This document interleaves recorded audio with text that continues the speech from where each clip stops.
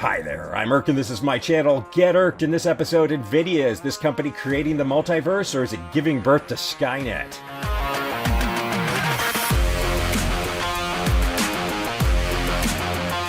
In this episode of Investing In, I wanted to take a look at Nvidia, ticker symbol NVDA. Nvidia is the makers of graphic processing units, or GPUs, and over the years, Nvidia's development in this particular sector has made it so that these GPUs are for more than graphics. In the early 2000s, Nvidia and other companies discovered that GPUs' unique approach to mathematical calculations make it so that they're really good for other kinds of purposes, including artificial intelligence and even running server farms. Additionally, Nvidia has been the leader in the space, the best of breed, if you will, as their graphic cards are always number one. Even though AMD is nipping at its heels, Nvidia always edges out with significantly better performance and quality overall. If you're a gamer and you're not familiar with Nvidia, it's possible you're just not a PC gamer, because AMD does have the graphic processing units in both the Xbox and the PlayStation right now. However, in addition to being inside the Switch, Nvidia is the leader when it comes to PC cards and server farms. So in addition to its video game division, Nvidia also has significant exposure to artificial intelligence, autonomous cars, and is being considered as the herald of the multiverse. You've probably heard a lot about the multiverse in the news lately, but the problem is it's the next revision of the internet, and just like every time this happens, no one really knows what they're talking about and everyone wants to act like they do. In fact, a lot of what's going on right now reminds me of when the Nintendo Entertainment System launched in the 1980s and news crews had no idea what the little robot Rob did when it came with the system. Although Rob only worked with 2 video games for its entire lifetime and it didn't even do that well, news reporters who didn't know what the heck it did would actually tell their listeners that it would get you a cup of coffee, clean your house, make your meals, and more. And if you listen to the way the news is referring to the multiverse right now, it sounds exactly the same way, with reporters telling you that you'll be able to have a dialogue with Michelangelo, you'll be able to surf with Mark Zuckerberg, who would want to, and you'll be able to do pretty much anything you can imagine in just a few days. If you've been in tech as long as I have, you know that this is kind of the period in time where everybody's super excited and then reality hits. The last time this happened in a really big way was the dot-com boom in the late 90s, going into the epic crash in 2000. Now, while everybody was right, the internet was the future, it wasn't the future for an additional 10 years longer than where everybody thought it was. So all of these stocks had increased in value and lost it. In this particular case, I believe companies like Nvidia aren't going to see that kind of sell-off. However, for the moment, as you're about to see, Nvidia is overbought right now, so a significant sell-off could be coming. First, I'll show you the fundamentals of Nvidia, and then I'll go over a chart and create a buying plan for what I would do if I didn't already hold a position in Nvidia. After that, I'll show you my own position and go over a play-by-play of what I've done since the pandemic. Since I have held Nvidia since 2016, we're not going to go over every buy and sell. So let's get started and take a look at the fundamentals. Nvidia is a very profitable company, and it recently reported earnings where it had $3.24 per share. Nvidia does pay a dividend, however, it's so insignificant in terms of the stock price right now, it gives you 16 cents a share over the year, which works out to 0.05%. Thanks to Nvidia's run up into the end of 2021, it currently has a market cap of slightly over $750 billion, so this is a significantly sized company. However, when you look at its price to earnings ratio of 93.12, this is an extremely overvalued stock, with similar growth tech stocks like Nvidia being considered overvalued once they cross over 30 on their PE ratio. So a PE ratio of 93.12 means this stock is red hot. And while by many metrics, including Yahoo Finance, Nvidia is considered overvalued right now, I've been in the stock for 5 years and I can tell you there isn't a point where it isn't considered overvalued. This is one of those stocks where you have to hold your nose and buy because it's always going to be considered expensive. Next, let's take a look at Nvidia on a chart. So let's start at the bottom of the pandemic sell-off and draw a Fibonacci retracement from the bottom to its high in 2021 so that we can develop levels. You can see that although Nvidia did have a significant pullback recently, it still didn't get close close to the Fibonacci retracement, so I'm going to do a little bit of a variation and raise the bottom so that we can have the levels be a little bit more accurate to what Nvidia's actual price action is doing. Whereas many companies during the pandemic did suffer a big loss in their business, Nvidia didn't. And because of this, I'm more inclined to ignore what happened during the pandemic so that we can get more accurate levels using Fibonacci retracement. You can see as of the recording of this video that Nvidia hit an all-time high of $346.47.